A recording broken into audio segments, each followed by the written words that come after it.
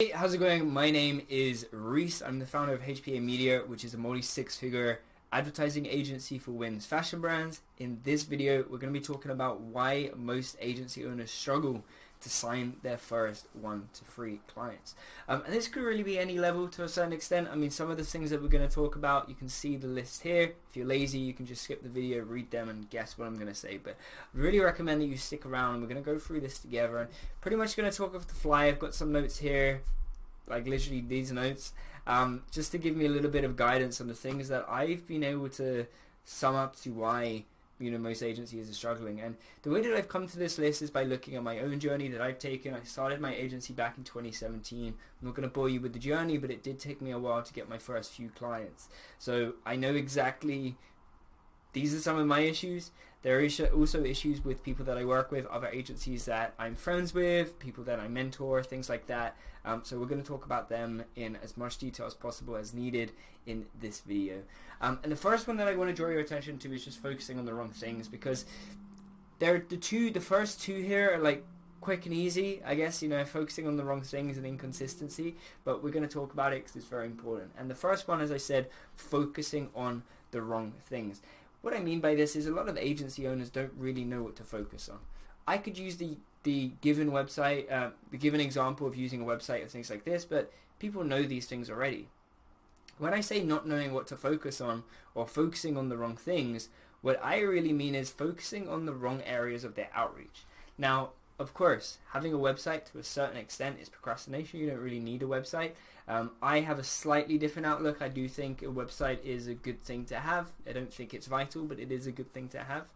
But what is more important is what people are focusing on when it comes to their outreach. Because what I notice is that everybody's focusing on the sending of the emails. Just the email campaign, the email copy, or whatever method of outreach they're using. And let's just use the email example.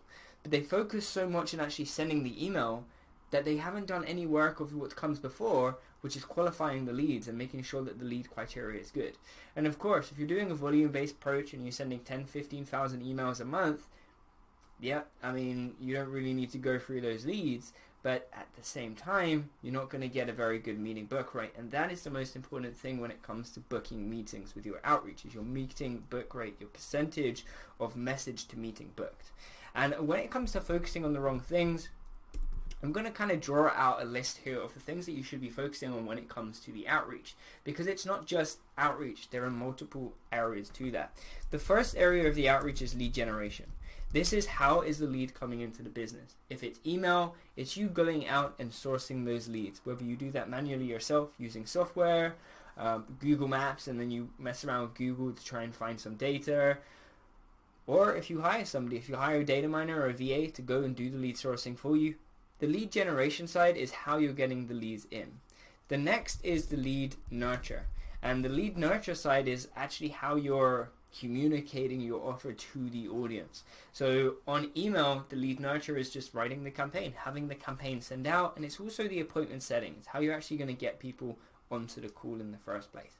And the last phase there comes lead. So we've got lead generation, lead nurture, and the last phase is lead conversion. Lead conversion is the actual sales aspect. And what I see is that a lot of agency owners think, oh yeah, I'm going to be practicing sales for 2 hours a day, when they still can't book any meetings. And that doesn't really make sense, because they're going about this in the wrong way. Now, I'm going to leave a little caveat to that, because yes, you need to have a script or some type of framework for your sales calls. You need to be confident. You need to be able to communicate what it is that you're offering people and the value that you're offering the person when you're selling whatever you're selling, right?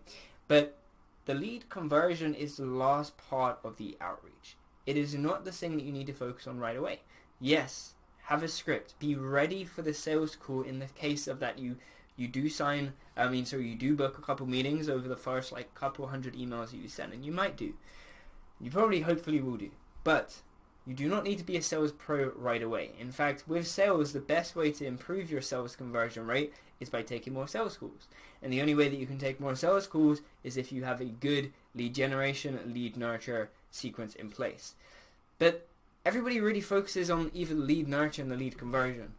They ignore the lead generation aspect. And the lead generation aspect is very important, because if you're reaching out to a bunch of leads, that don't reach a particular criteria of people that would be interested in your service or your offer, whatever it is that you're offering them, then they're not going to be interested anyway. So you've got to make sure that you're doing this in the right order. Lead generation is the criteria. It's a multitude of different things here, but lead generation is the criteria of the leads that you're actually generating. Again, if you're doing this manually yourself, or if you're using a data miner or a VA to do this for you, it's the criteria that you give them. When you say to them, hey, give me leads, fashion brands, you know, that's what most people do. They'll say, hey, yeah, just give me a load of e-com leads, or give me fashion leads, and that's it. They don't go into any more detail. And then what happens is they start getting a load of brands that started yesterday, running a store on Etsy with somebody making bracelets in her garage or something like that.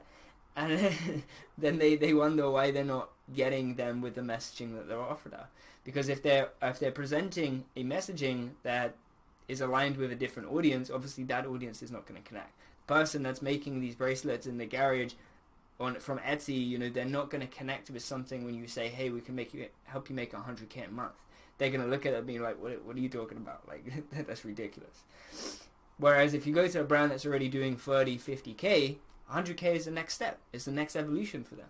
So the thing that you've got to keep in mind here is we've got to drag the outreach all the way back to the beginning and just make sure that you've got the right lead generation coming in, the right criteria of leads that you should be reaching out to, and then making sure that the lead nurture sequence, which again in email is the email sequence, or in social media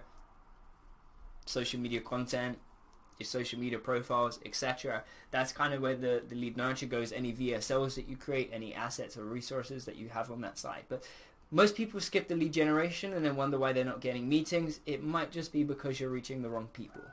If you are reaching the right people, then you need to work on the lead nurture, which is the campaign. And once you're booking a few meetings, of course, be working on the sales. Don't ignore sales. Don't neglect the sales. But the lead generation, lead nurture, and lead conversion, you're constantly going to be working on these steps. You're actually going to constantly come back to them. So just keep that in mind when it comes to actually doing the outreach. Sometimes you're just focusing on the wrong thing. You're trying to practice sales when you're not even booking any calls. You haven't had a single, it's like you haven't had a single call, but you've been practicing sales for like 3 months. Like, doesn't really make sense. Somewhere, somehow, you should notice that you're doing something wrong, which has probably brought you to this videos. Second point is inconsistency. I've realized that it took me 7 minutes to speak about this point, and if we're in here for the entire list today, we're probably going to be here for a while, but we'll see what happens. Inconsistency in naturally doing the outreach is the most important thing. If you are waking up on a Monday, sending 50 emails and not doing anything for the rest of the week, kind of makes sense that you're not going to get very good results. You need to be consistent with the outreach and the actions that you're taking. If you're not consistent in it, to be honest, like on a strategy level, if you're not consistent, people are just not going to see the emails. And on a mindset level, if you're inconsistent, then you're telling yourself it's not very important. Because we do things consistently that are important to us. You know, if you are, if working out and getting strong is important to you, then you work out and you'll be consistent with that because you want to make the improvement in that area of your life. You got to make sure that you're being consistent. If you're not being consistent, you're not going to get results. You're not going to get meetings. And I want to brush over that point a little bit because everybody speaks about consistency, so I don't want to be one of those guys. I want to talk about stuff that most people don't tell you about. So let's talk about critical thinking, because most people don't use critical thinking. And what critical thinking is pretty much when you have a problem or something, or you're thinking about making a decision, and you look at everything first. You look at what the options are. Then you say, hey, does this make sense? And then you go about it from there. Kind of like scientists when they're doing experiments in a lab, and they say, okay, we have a hypothesis that this is going to happen based on different variables. We believe that X is going to happen. And then they do the experiment, and they come back from the experiment and say, okay, did this work? Yes or no? And kind of go from there. When I talk about critical thinking here, I'm saying like when you're going on Facebook and you're complaining about your outreach isn't working, and somebody says, oh, it's because you're doing email, and you just say, oh, okay, what do you do? And they say, I do social media looms, and that will work. So then you start sending looms on social media, and that doesn't work. So then you go back to this group and you tell people, hey, social media looms isn't working. And then the other guys say, yeah, no, that doesn't work. You've got to be doing cold calling. And then you spend another month doing cold calling. All this time, if you're just stuck with email at the very beginning, you probably would have done pretty well. So critical thinking, what I'm coming to here is It's looking at the problem that you've got and using all of the knowledge, all of the information that you've got, making a decision based on that. We all should know at least one person that's done well on email. And if you don't, you now know me. And I've done well with email, I've done well on organic marketing and social media. Those are the two things that we use, the two main methods that we use for outreach. And there you go. I could be proof that it's worked and that it could work for you. But what I want you to do is look at the broader picture.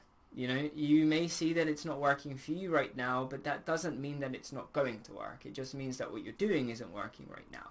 Maybe it's a problem with the lead generation. Maybe it's a lead nurture side. Maybe there's something else that's going on that you can't yet see. But you need to make that observation, look at the entire market, look at, okay, maybe why isn't this working? List out 7 reasons that it may not be working. You create a hypothesis and then you make a new test. You say, okay, I don't think it's working because of this, and then you go and change that.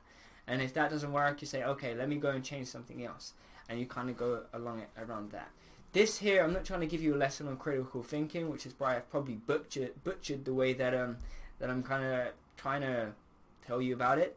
But the most important thing is just not taking everything for truth. You know, if you're going through Facebook and somebody says email doesn't work, or if you're watching this video right now and I tell you, hey, email does work, social does work, my belief is that everything works, everything can work.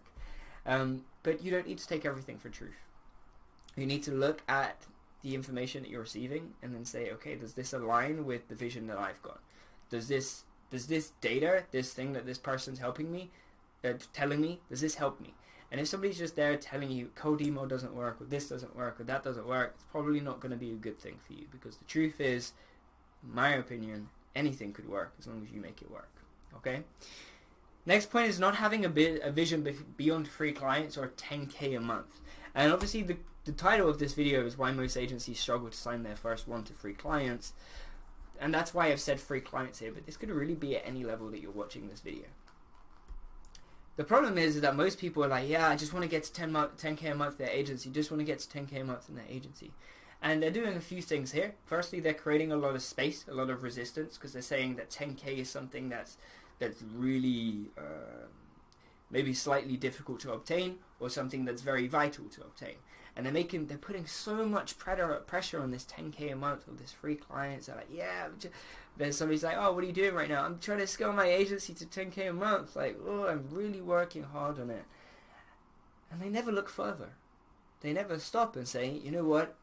I want to do 10K. Actually, let's rewind. They never say, I want to send 60 emails a day so I can book 3 meetings a week. I don't know. I gave a random number there. I don't know. The math may be off. But 60 emails a day so I can book 3 meetings a week so I can sign 5 clients a month.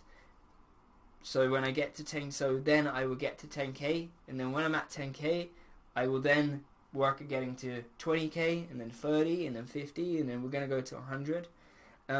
You don't need to have the entire thing planned out. I mean, nobody really does. You're going to kind of just take one step after the other, but have an idea of what your life is going to look like. If you can only think as far as 3 clients, or you can only think as far as 10K a month, you're adding so much pressure and separation on achieving that goal that you've got in mind. And it's really going to space it out and make it a lot more difficult to obtain. Whereas if you say to yourself, okay, right now we got to get to 10K a month, but really we want to get to 10K a month because we want to get to 30K a month. And if we're at 10K a month, then we should have systems that work, and then we can just tune those up, add more volume, and then scale it to 30K. It's like if you're starting now from 0, and I say 30K, and that's big for you, I mean, you've already proved there that there's separation.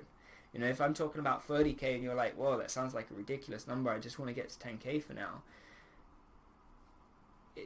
Again, you're causing that separation. So what I would like you to do is not start thinking to yourself, I've got to get to 30K. Still think to yourself, the first step is 10K, but that's the way that you want to look at it. Not that 10K is this final amount that you really want to get to. And if it is, that's okay. But then maybe just for now, start a little bit lower, right? If you really just want to get to 10K a month, then bring that back a little bit first. Start at maybe 3 or 5. And then when you're at 10K, then you can, maybe if you want to, you can push it even further. But if you've got bigger ambitions right now and you want to get your agency to 10K a month, that's all you can think about, try and think what will be the next thing after.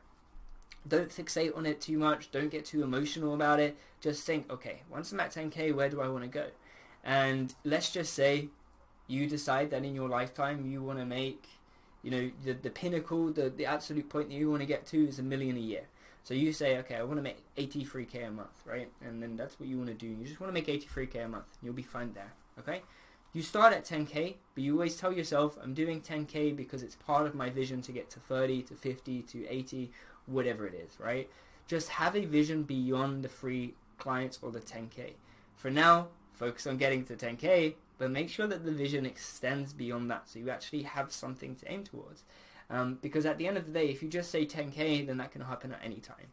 But if you extend that, if you say, okay, we need to get to 10K because then we need to get to 100K, well, because I want to get to 100K is even better, then you space these things out. You focus on getting to 10K first, but you always have this top vision in your mind and it always stays there. Okay, I hope that makes sense.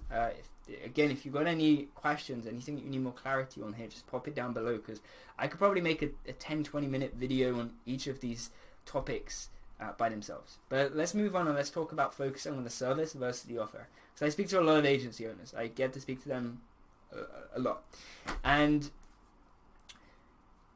a lot of people in the space, a lot of coaches, gurus, or whatever else, they talk about the fact that mastery requires focus in one thing. And I agree with that. Mastery does require focus on few things.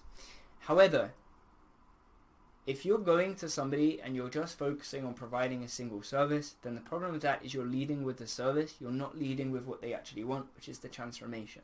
You've probably heard this before. Nobody wants Facebook ads. Nobody wants a website. Nobody wants SEO. Nobody wants UGC content. Nobody wants even a ring. Nobody wants a watch. Nobody wants those things per se. They want what comes from those things.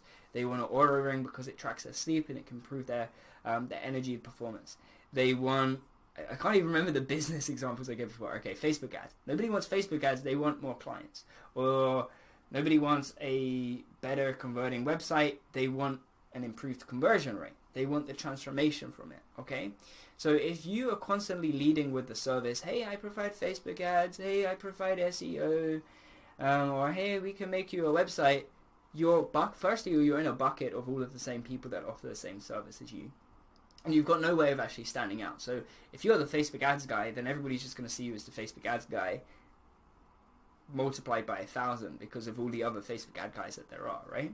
Guy and girl, I use that interchangeably. But at the end of the day, when it comes to focusing on the service versus the offer, all you have to do is change this around. You start focusing on the transformation as opposed to the service. So as opposed to you being the Facebook ads guy, you become the guy that gets us better, like more qualified and nurtured leads. That's who you become. And you switch the focus between focusing on just one little thing, which is Facebook ads, to instead of focusing on the service, you start focusing on the transformation, the actual thing that the person wants. Because again, they don't want Facebook ads, they want the transformation. So if you become the pro that can get them to the transformation, that's what you become the expert in, is bridging that gap. Not the mechanism that you use or the vehicle that you use. Let's use the vehicle. Not the vehicle that you use to get them from point A to point B, but the fact that you can get them to point B. Okay? Nobody cares about the pilot's skills in terms of what he actually does. They just say, hey, make sure that you get me there safely. That's it. Okay? So when it comes to focusing on the service versus the offer, you want to make sure you're focusing on the offer. And in terms of the offer, the way that I define this is it's the transformation that you are offering somebody. You are saying to somebody, we're going to help you get from A to B, and you just got to pay us for it, and we'll get you there. And that's all. So make sure you're focusing on the offer. Don't focus on the service. Don't focus on the Facebook ads. Focus on the 40 qualified leads that you can get for cosmetic surgeons or whatever it is that you're offering. Okay.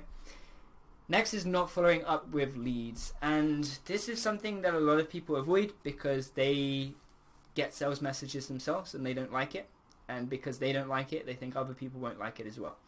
And if you are in this position, I used to be in that position where I would get people messaging me on Facebook and I would kind of ignore it. I wouldn't be interested in responding to them, and that bred this belief in myself that people would not want to receive my messages or not want to have conversations with me necessarily, especially in a sales environment here, talking about like offers and things like that. So When this came to the agency, I held myself back from following up with people because I didn't want to be what I considered would be like a nuisance, or would be annoying, or something along those lines.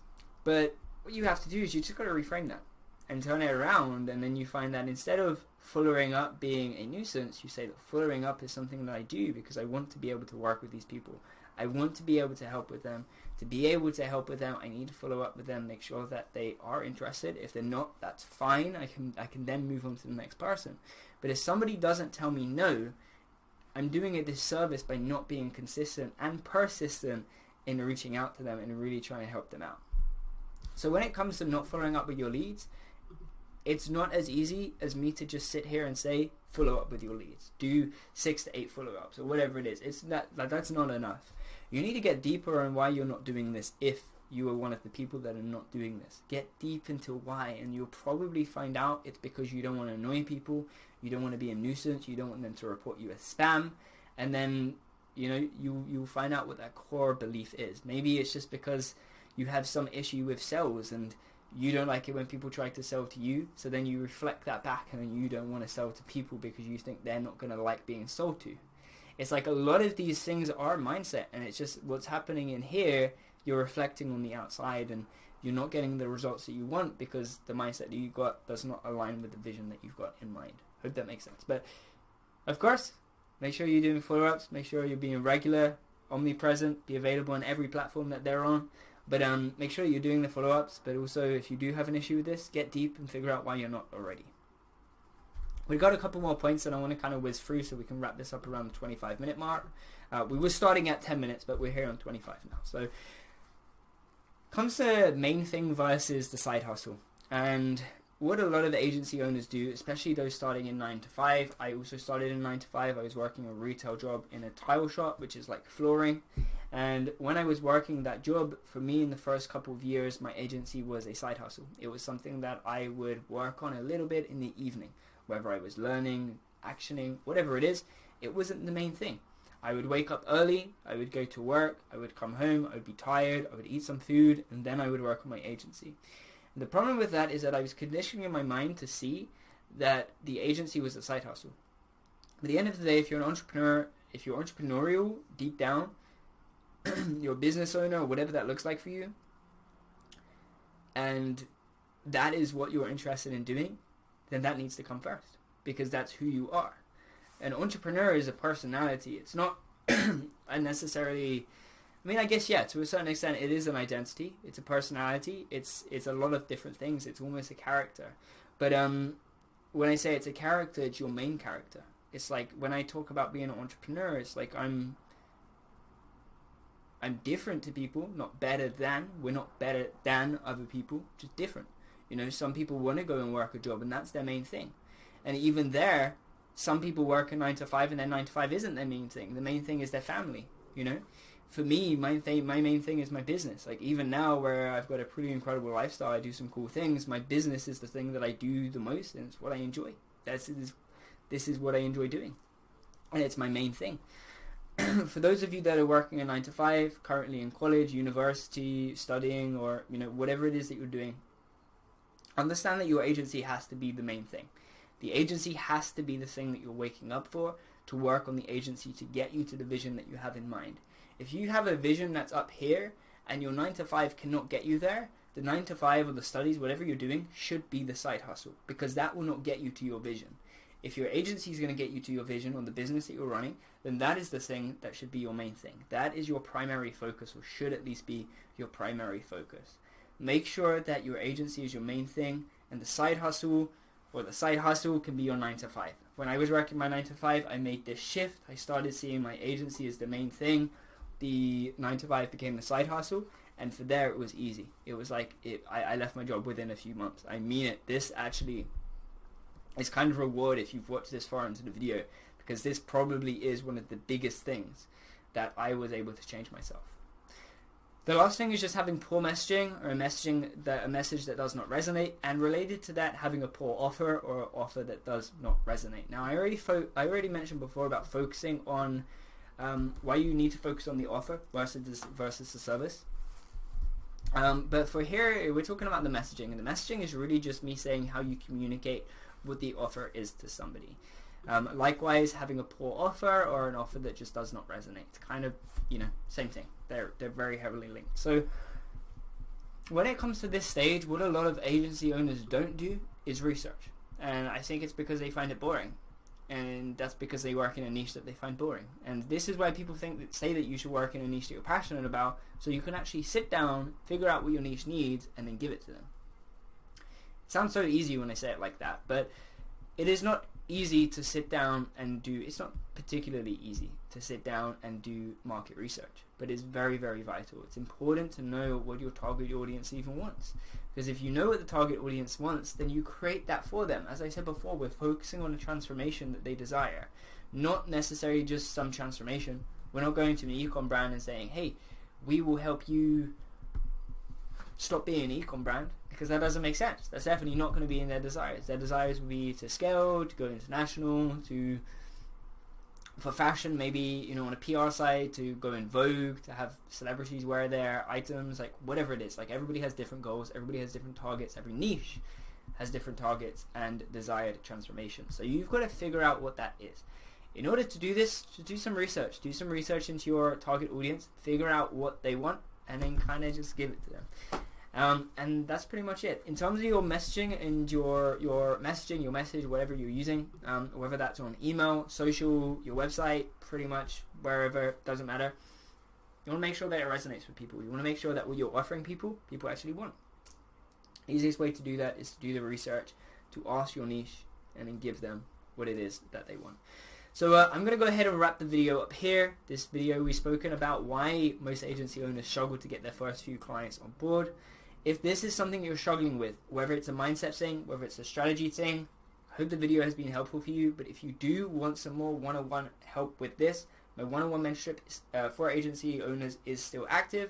I help new and existing agency owners scale to 15,000 plus a month by automating their outreach and getting consistent inflow of meetings, and also building out a fulfillment system so they can deliver incredible service delivery results. If that's something you're interested in, you're watching this on YouTube, go down to the description below. You can watch the 25-minute demo video that explains the entire program, the mentorship, including what support is available, the accountability, the one-on-one Slack, Zoom calls, guarantees. It's all in that video. If you would like to speak with me one-on-one, if you've been here for a while, check out down below as well. You can book in a call with me one-on-one. No salespeople, it's just me. One-on-one mentorship. So if you're interested in getting one-on-one help, click either the video or the link down below to book in a call. Aside from that, if you've got any questions, any comments, comment down below, and I will see you again in the next video. Take care and enjoy the rest of your day.